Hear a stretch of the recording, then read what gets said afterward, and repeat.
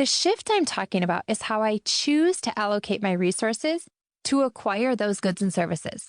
I could consume whatever was out there, or I could make intentional investments in my family, my home, and myself. Investments that improved our lives with goods and services that made the time, money, and effort I devoted to acquiring them worth the trade. In simpler terms, I had to get clarity on the outcomes I was seeking. I had to acknowledge those outcomes were important to me, that the health and happiness of my family and myself, and having a healthy, organized, peaceful home environment were top priorities. And I had to commit to achieving those outcomes with the best solutions. Often, those solutions came in the form of products.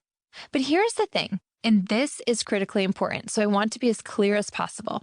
This shift, at its core, had nothing to do with money or buying or shopping. The mental shift was deciding that my family, my home, and myself deserved the best. We deserved to be healthy, joyful, and fulfilled. We deserved to have things that made our lives easier and better. Once I shifted my mindset to acknowledge this fact, the solution was obvious. I could continue to accept life as a consumer, or I could choose to change direction and become an investor in my family, home, and self. I chose this new direction and became an investor.